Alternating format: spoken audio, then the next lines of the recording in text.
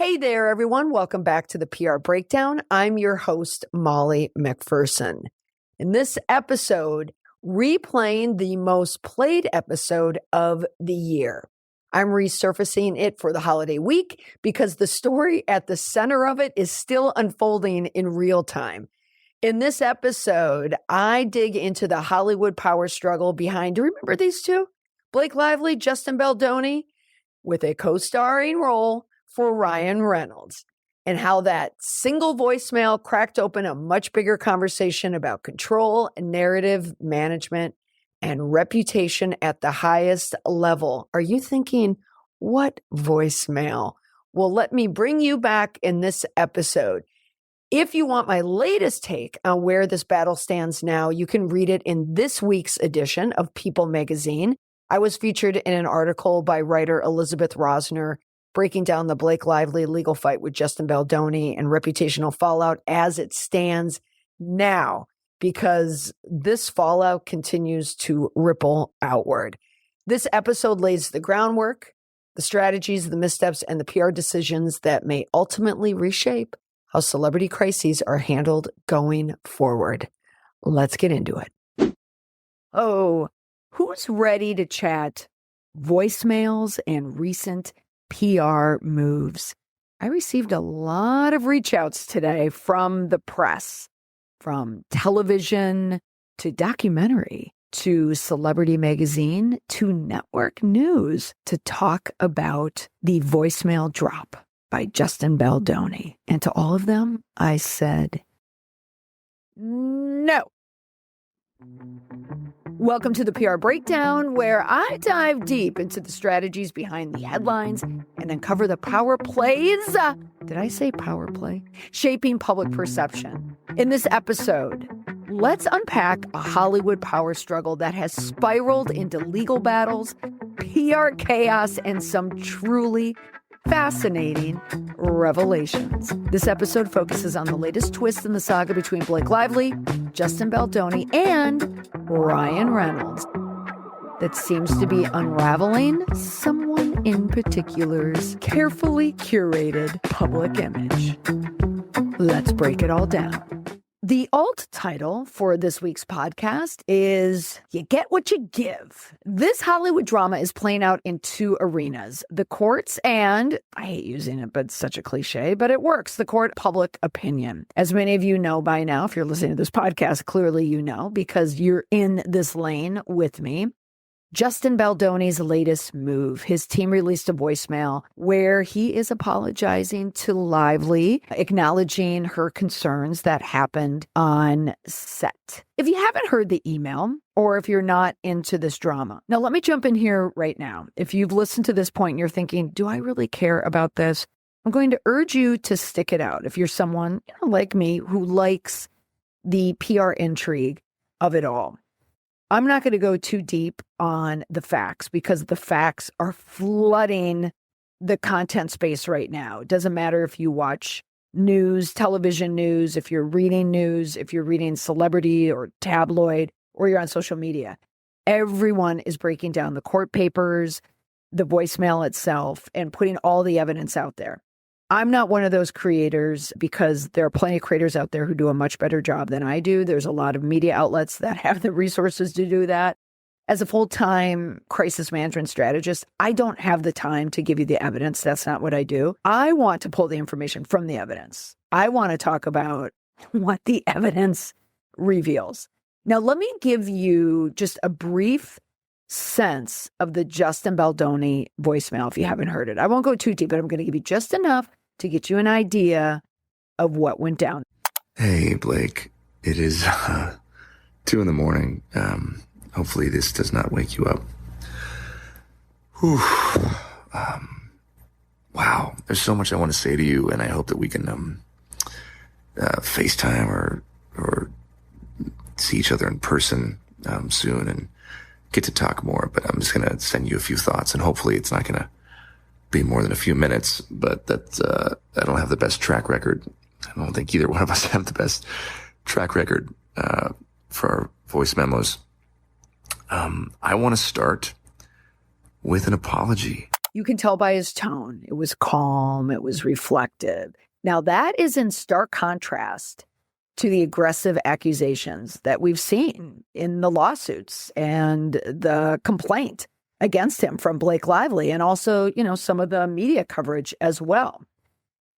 Also, you've seen perhaps in the headlines that this nice pool problem for Ryan Reynolds is coming back to hurt him. Baldoni's legal team claimed that Reynolds used his influence to mock Baldoni through the Deadpool and Wolverine movie, which came out at the same time, same weekend as Justin Baldoni and Blake Lively's movie, It Ends With Us. His character, Nice Pool, they're claiming, Justin's team, is a thinly veiled jab. Justin and Justin's relationship with Ryan Reynolds' wife, Blake Lively. In Justin Baldoni's legal filings, he's also accusing Lively of leveraging her alliances, including Reynolds and Taylor Swift, to pressure him into compliance during the film's production. So I'll get into more of those details in the podcast, but I really want to get to the heart of the matter. What's at the center of all of this? And I'll give you the bluff right now, the bottom line up front. It's Ryan Reynolds. That's who I've said from the very beginning. His overreach, pushing his wife to escalate the lawsuit and using his Hollywood influence to intimidate Baldoni, is now backfiring. And it is backfiring in a huge way. And it's threatening to tarnish the likable, relatable persona that he has built over the years.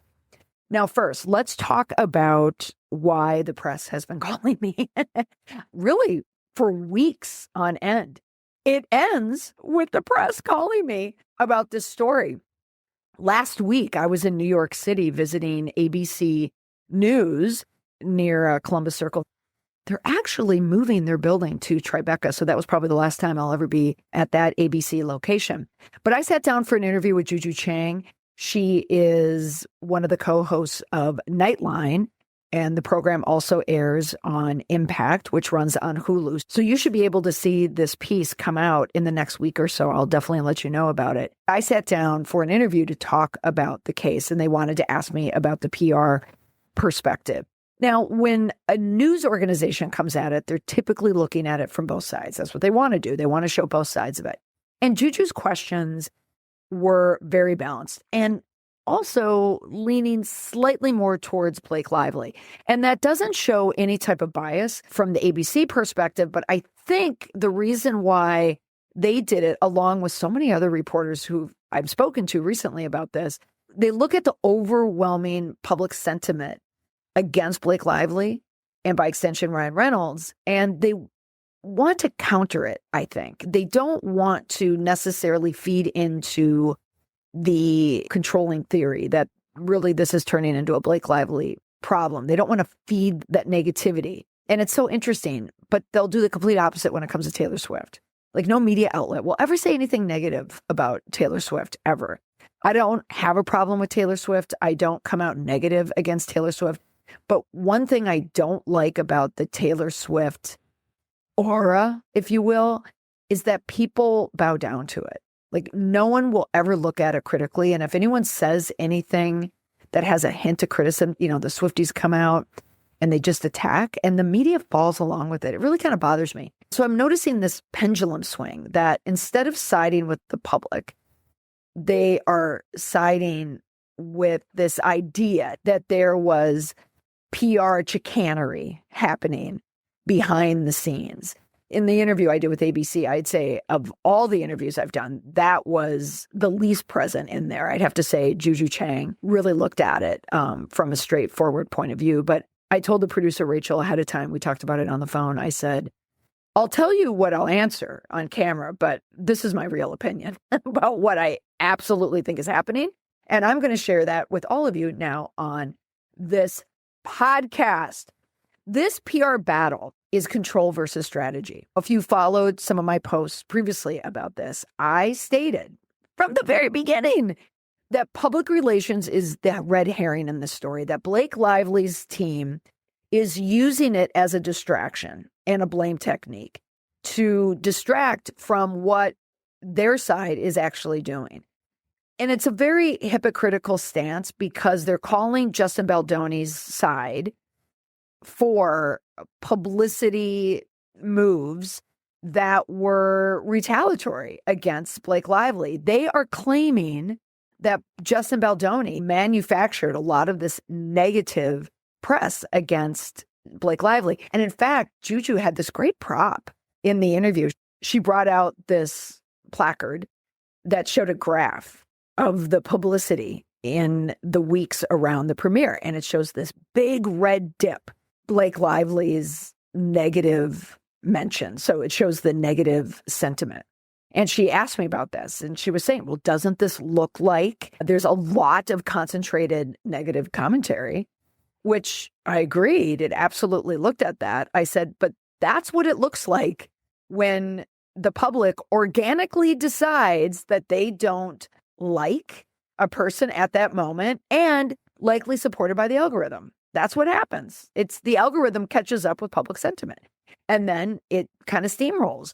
And I, for one, think it is organic. Now, disclaimer, I'm not saying that there wasn't any type of, let's call it transactional PR happening. When I say transactional PR, that's just my term. I've never heard it before. I use it to explain when money is exchanged for PR because PR is not a money game. That's advertising. Advertising is when you pay for persuasion. Marketing is the sales arm. It's when you use PR and advertising to market a product. It's really more sales related. But public relations is persuasion, whether it's through issues management, crisis management, or promotion. It is a publicist calling a media outlet and persuading them to run a story. It's a PR person persuading the New York Times to run a story about their client, whoever it is. Money is not supposed to come into play. But with the Amber Heard versus Johnny Depp case, we hear a lot about how bots were purchased. And it's very, very heavy leaning against Johnny Depp, that there is evidence out there that out of Saudi Arabia, bots were purchased on his behalf, either through Johnny Depp or someone close to Johnny Depp, to really infiltrate the campaign, to hurt Amber Heard and to, boost Johnny Depp. And when you purchase bots, that worked very well in a Twitter environment. But now more people are in the TikTok realm and Instagram and YouTube. YouTube is still pretty strong. So you can't buy that misogyny as easily as you could with the Twitter. I mean, you certainly can on X, but X doesn't have the same reach that Twitter once had. And bots can really be pushed with hashtags. So you might find bot-like behavior in the comment section in TikTok, but that's not the same as someone putting out video content. So you can't really have a bot, create a video. People follow authentic content creators who have a following and they have influence.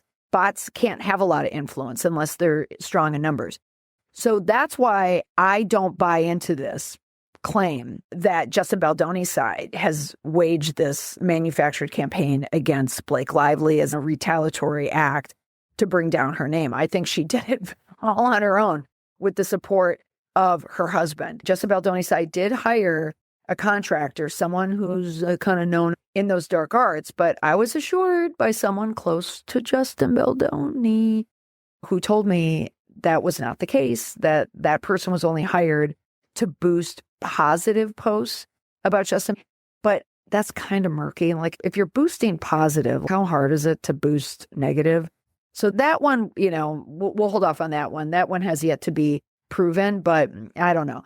But if Justin Baldoni's doing it, there's other celebrities who do it as well. And Blake Lively would also have to prove that she didn't do it. Now, that contractor who they dropped from the lawsuit, Blake Lively dropped him, Jed Wallace was his name, from the lawsuit because it was not just Justin Baldoni, but it's Justin Baldoni's PR team, publicists, and people from the agency group who Justin Baldoni only hired temporarily just for 2 months to do publicity for him around this time because everything was going sour so quickly. And I think the reason why this Jed Wallace got dropped from Blake Lively's lawsuit, it's not because he didn't do anything. It's because her side probably did the same thing.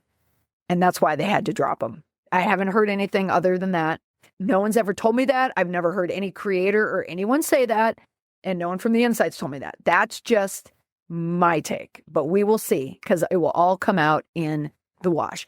Now, the PR battle, control versus strategy. What stands out clearly in the past week is not what Justin's doing. It's what Ryan Reynolds is doing.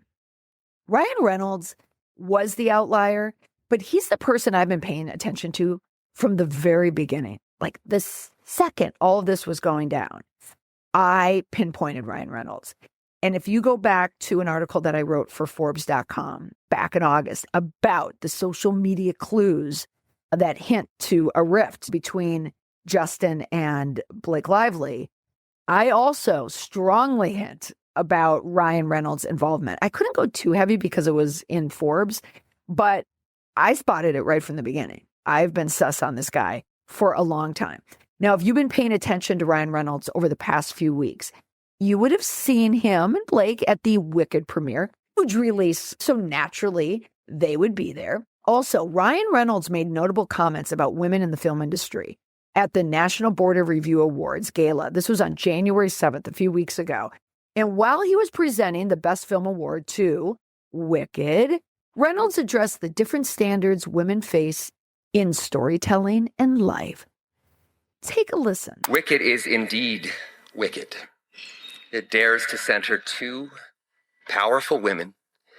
It examines a nuanced, complex relationship which has resonated with people for over 2 decades on stage. Stories about women seem to be held to a different set of standards, and that is to say that they're often held to the standards women are held to in life. You must be perfect, you must hide your strength, you must shapeshift or placate. Now, that was Reynolds in his first public appearance since Blake Lively filed that sexual harassment complaint against Justin Baldoni. Isn't that timing interesting? Isn't the words, what he's saying, quite interesting? Highlighting unrealistic expectations placed on women, saying you must be perfect, you must hide your strength. It sounds like Ryan Reynolds is trying to be a feminist, that he thinks there's an unfairness to women, the pressures being placed on them. I'm going to come back to that. Next, just in the last few days, we saw Ryan and Blake together. They were photographed for the first time since this whole legal dispute, blew up. So they were photographed with Lively's A Simple Favor co-star, and that was an image that was shared on Instagram. So that just happened a couple days ago. Then I saw on social media when my plane landed in Florida, I was working over the weekend. I traveled down to Jacksonville, Florida. I opened my cell phone, opened social media. Then I happened to see this. Get the lights on. Can we just get the house lights on? Because I want to be able to... Hello, Hugh. It's Ryan.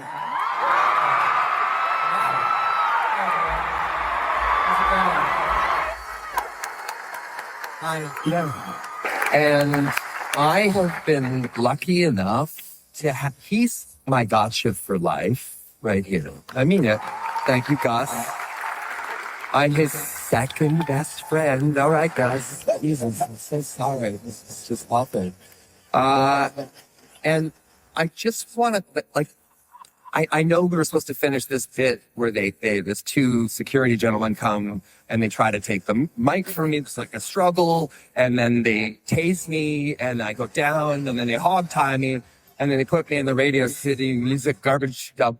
And then they just light it on fire.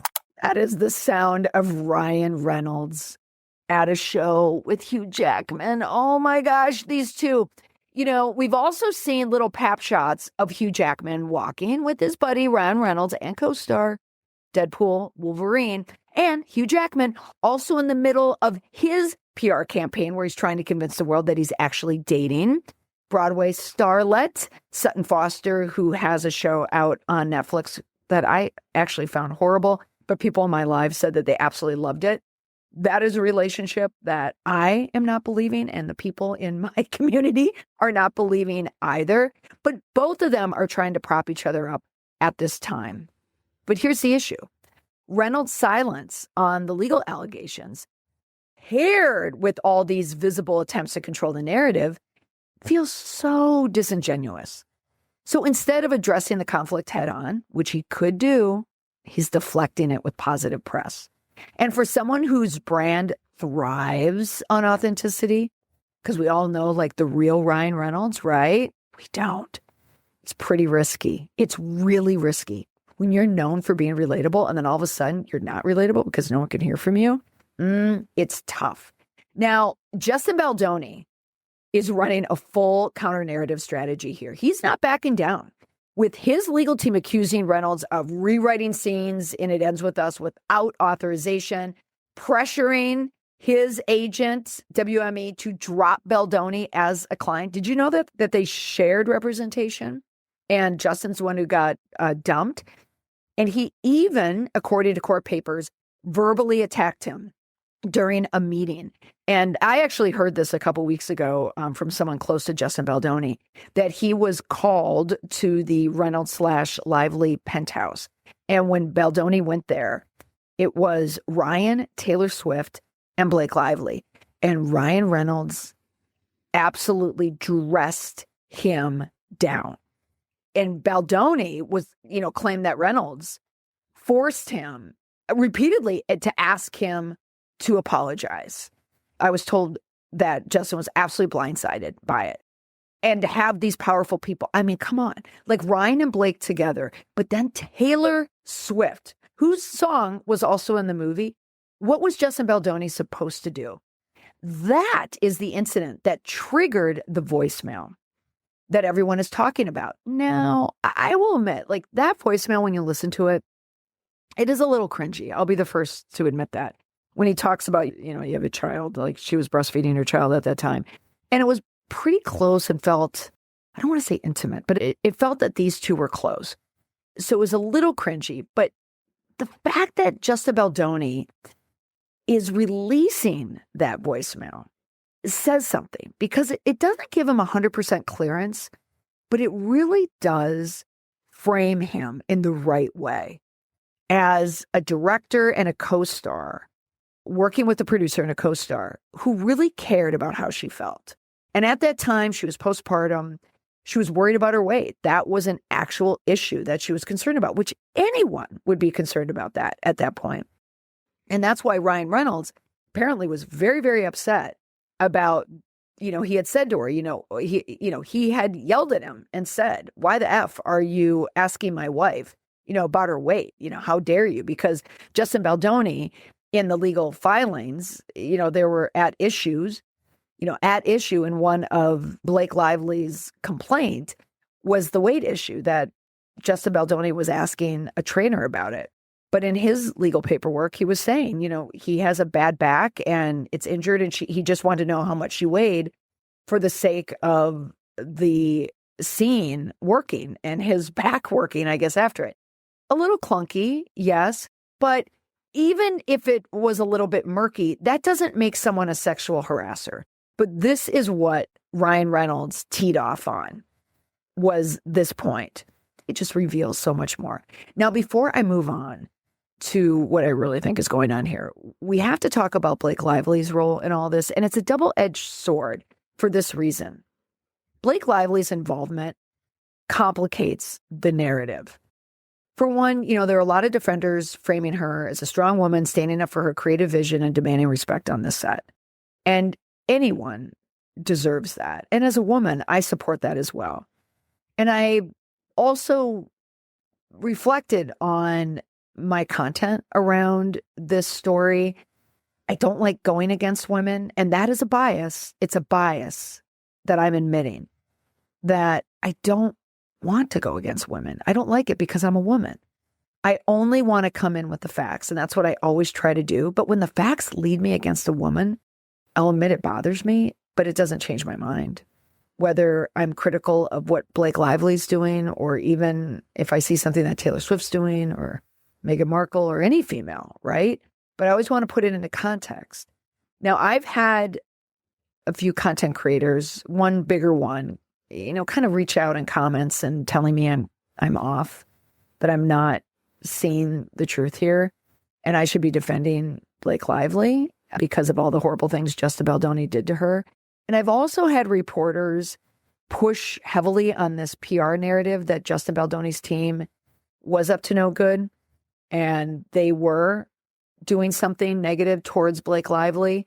And I push back every single time. I push back, not with the other content creator. I just kind of let that stuff go. But with the reporters, I 100% stand my ground on it. And I tell them, I think you got the story wrong. I said, I respect the research that you're doing. This is my take. And I have not wavered. There are two very important milestones in this story. And I have hit both of them. I have commented when both of these milestones happened. And I have not wavered. And so far, I think I nailed it from the very beginning. One, in August, during the It Ends With Us premiere, I spotted, along with plenty of other people, the rift happening between the cast and Justin Baldoni. But I immediately cast my eye towards Ryan Reynolds back in August.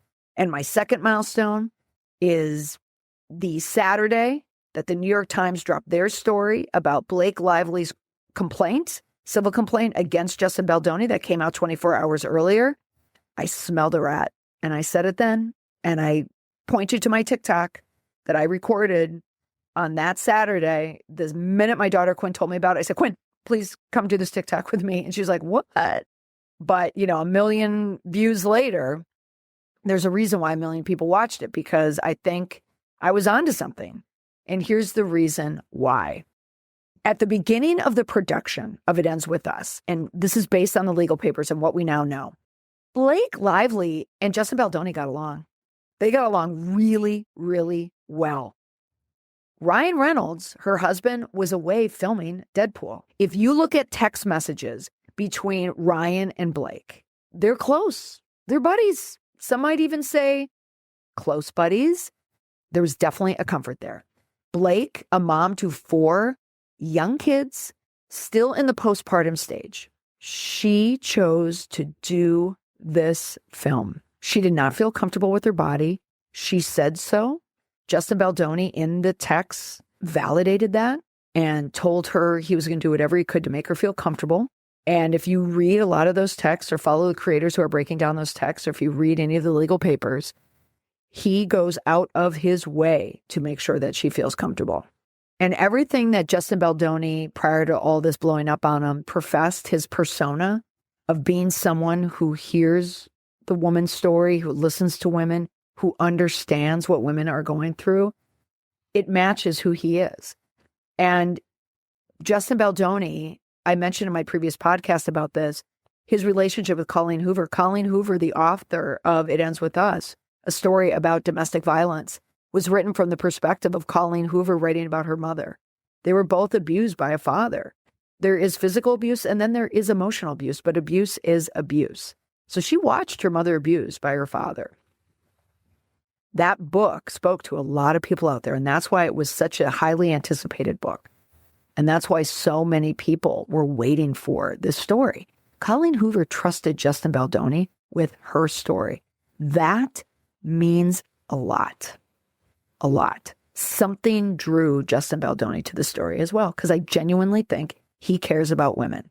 And that voicemail, though somewhat cringy, also supports that.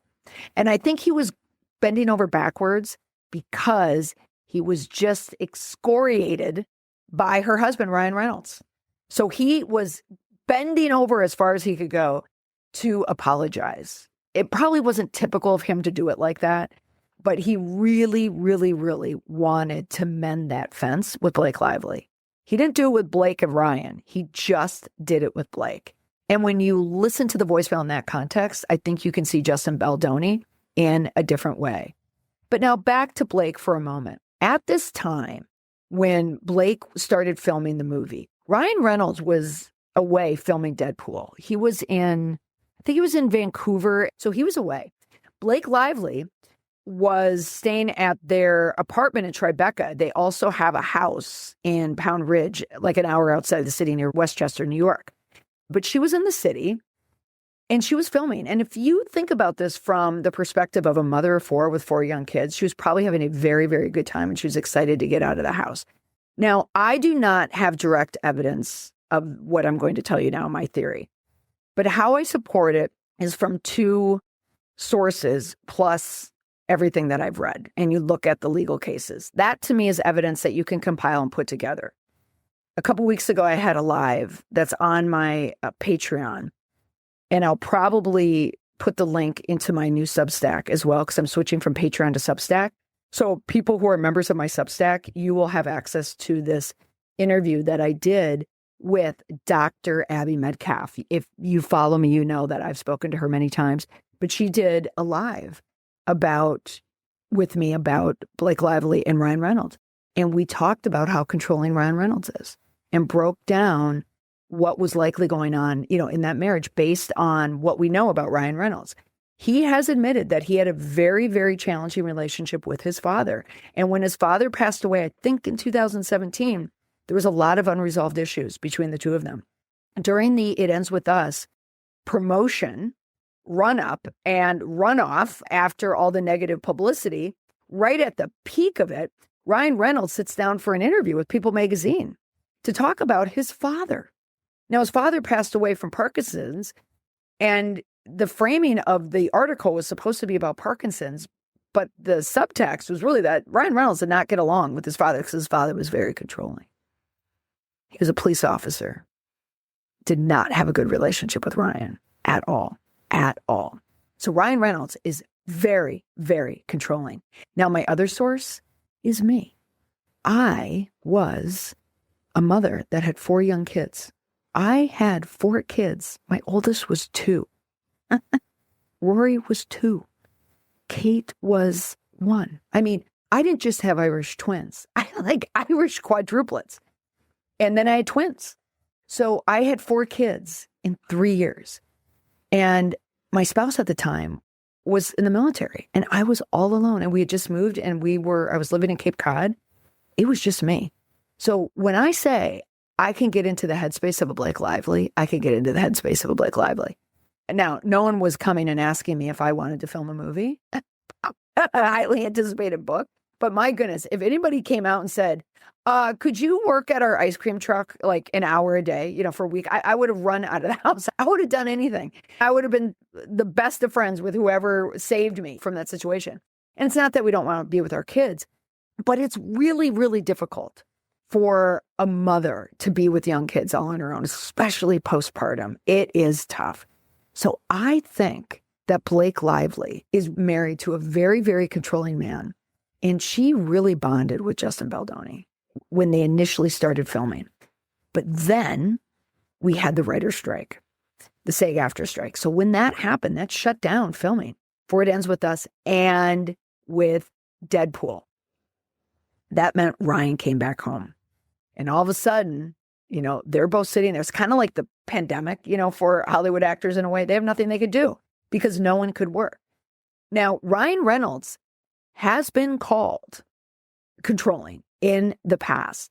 If you read between the lines from his past partners, his former wife, Scarlett Johansson, described him as jealous and controlling. Though she doesn't talk about him a lot, that Johansson was expected to prioritize him over her career. Other sources have said that Ryan Reynolds is an overbearing control freak. And Alanis Morissette, my fave, she was engaged to Ryan Reynolds. They broke up, got back together, but she's hinted that he was not supportive of her career at all. When they dated, the one who had the big career, she was A-list. He was barely C-list when they were together, but he was very controlling. Scarlett Johansson, when they got married, she was 23 years old, and he was well into his 30s. Then he started dating Blake Lively, though people claim it was during his marriage to Scarlett Johansson. They started dating when she was 22. Ryan is the problem. He is a jealous, controlling husband to his much younger wife of 4 kids. I could bring in my past life. I'm not going to. But I will say that there are definitely parallels there. I see the parallel in Blake Lively. Being a wife who is geographically isolated, who is financially isolated, likely professionally isolated. She had a chance to go back into her world. I'm telling you, I live that life. Though I was far, far from glamorous of a Blake Lively. But when I say I see what's happening with Blake Lively, I see what's happening. In court papers, we can see the change and when it happened. It's when Ryan Reynolds got back on the scene, because all of the interactions between Blake and Justin were buddy-buddy, tight. Then all of a sudden, she's sending requests to Justin and his company, the production company, asking for the dailies, which is all of the footage from that day. And not just the footage that they use, it's just like all the footage from beginning to end. All of a sudden, she wants to see everything. Even though she was there, she wants to see everything. And in those texts, I was looking at those texts. One text, when Blake explains that she wants the dailies, it's written in Hollywoodese, in the lexicon of someone who would be like a director level or producer level, even though Blake Lively is a producer on here. But it's very inside language. And also I noticed there was a period and then a double space. Only a select group of people in the world still use period, double space. That's our typewriter generation. Now, this is not to say that only older people do it, but older people who were trained in school on typewriters sometimes default to that. And Ryan Reynolds, he's cuspy on that age. He's still a computer kid. He shouldn't be a double space guy. So I'm not saying it's necessarily Ryan Reynolds, but maybe someone else wrote it, gave it to Ryan Reynolds, and then Ryan Reynolds gave it to Blake Lively. Because did I look for other writings of Ryan Reynolds to see if he does period, double space? Yes. And I didn't see any evidence of it, but it could come maybe from a lawyer who's Gen X or older, baby boomer, and they wrote it. Or a producer or someone upper level like that, and they wrote it. And then Ryan gave it to Blake to send to Justin. All right? I've said it right there. All right. I think Ryan is the one who's behind all of this. Also, you've seen in social media, I'm sure, that Ryan Reynolds quips in tweets. Like he had a social media post wishing Sandra Bullock a happy birthday, and he talks about an intimacy coordinator. Like, this is a term that hardly anyone ever mentions. And in the last few months, it's like a trending term all of a sudden. Yet Ryan Reynolds back then was using intimacy coordinator. And that, so the timing of this all tracks. When Ryan Reynolds blew up at Justin Baldoni, he was likely blowing up at the guy who he perceived as a threat, because weak people who are controlling people need to feel powerful. And how they do that is by bullying and intimidation. They isolate their spouses or the weaker of the partnership. So Blake Lively, younger, isolate them financially, geographically, friends, any way that you can. You isolate them. Also by having lots of kids too. And they have no choice to have a career. They can't have a career. They can't do anything on their own. So you become dependent on the man. Ryan Reynolds felt that Justin Baldoni was a threat. And he looked down on him probably from his perspective from a Hollywood level. He wasn't A level, but maybe it was like B-list. Maybe we'll give him B-list. He still probably felt very threatened by him. Justin Baldoni is a very handsome man. He is very, very good looking. And this persona of being in touch with the women's side, Ryan doesn't like that, because that makes him look bad, because Ryan Reynolds is definitely not in touch with the female side. So Justin Baldoni was like the bizarro Ryan Reynolds in a way. He's like the opposite. So here he's paired with Blake Lively, but in a whole different persona. Now, speaking of bizarro, when we think of Bizarro Superman. But this leads us into the Deadpool Nice Pool. In Deadpool, when Ryan Reynolds went back to start filming, that's when we get the clip that Justin Baldoni's lawyers are now bringing into evidence to say, proof that Ryan Reynolds is cooking up this power play.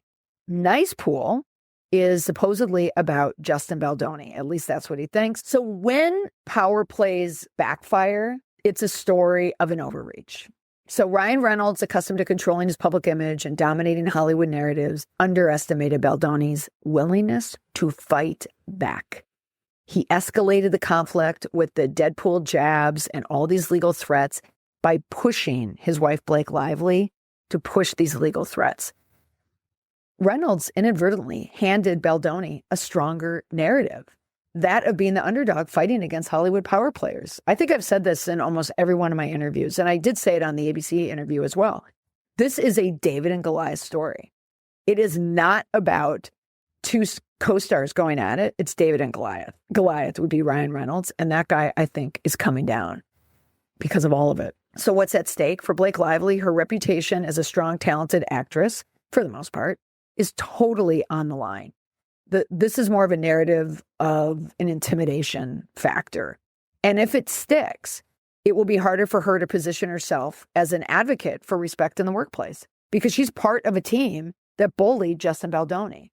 I think in the beginning, she was acting independently and acting in a very friendly way towards her co-star, and she was very comfortable with him, and she's probably very happy being outside of Ryan Reynolds' control.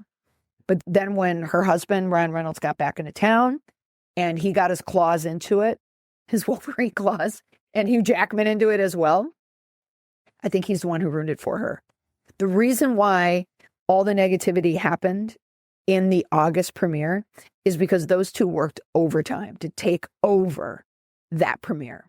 Justin Baldoni, as we now find out through photographs and through claims in legal filings, he was literally sent to the basement of the premiere. That's where he had to watch it. While Blake Lively and Colleen Hoover, the author, introduced the movie.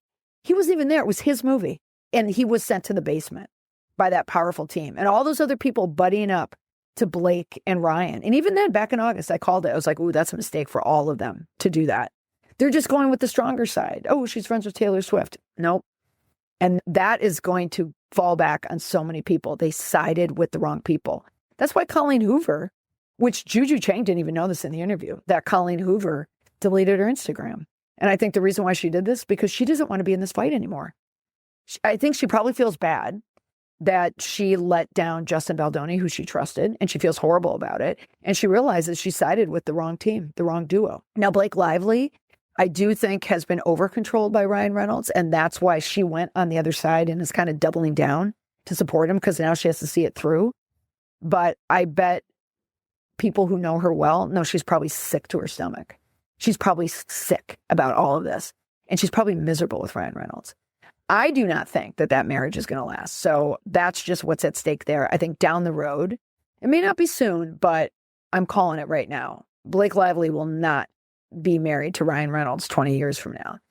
What's at stake for Justin Baldoni? This is a fight for his reputation and career. If he successfully positions himself as the victim of this Hollywood power dynamic, he could come out stronger on the other side, which I think he will. I really do. He'll get an agent and people will line up to work with him again. I believe that 100%. And for Ryan Reynolds, this is about preserving his carefully crafted public image, because now the cracks are showing. If audiences perceive him as a bully rather than the relatable, funny, quippy everyman, his brand and his bankability could suffer long-term damage. He was a big, big money guy, making money, ads, brand deals, football teams in the UK. Speaker, gets so much money to speak. Same as another guy who kind of followed that same path. That'd be Ashton Kutcher. And look where he is now. So my final thoughts, this is a battle that is far from over, but it's also, folks, for you, a masterclass in how public perception can shape and reshape a narrative. Did Ryan Reynolds overplay his hand? Yes. Can Blake Lively and Justin Baldoni reclaim their stories? Yes, I think so. But Justin Baldoni is going to do it a lot quicker than Blake Lively. And Blake Lively will do it a lot quicker when she's no longer with Ryan Reynolds. And will audiences see through the PR moves to the power dynamics underneath? Well, if you've listened to this entire podcast to this point, then yes, you have as well. One thing's for sure, and Hollywood controls everything. And Reynolds may have just lost his grip. Thanks for listening to the PR Breakdown. What's your take on the voicemail and Reynolds' role in all this drama? If you found this episode insightful, don't forget to subscribe, leave a review, and share it with anyone who's as obsessed with PR strategies and crisis communication as we are. You can also follow me on social media and on my new Substack. You can find me there at Molly McPherson, or look for the PR Breakdown with Molly McPherson, where I will be updating you on the latest PR moves and celebrity stunts. Thanks for listening. Come back for next week's big story. Bye for now.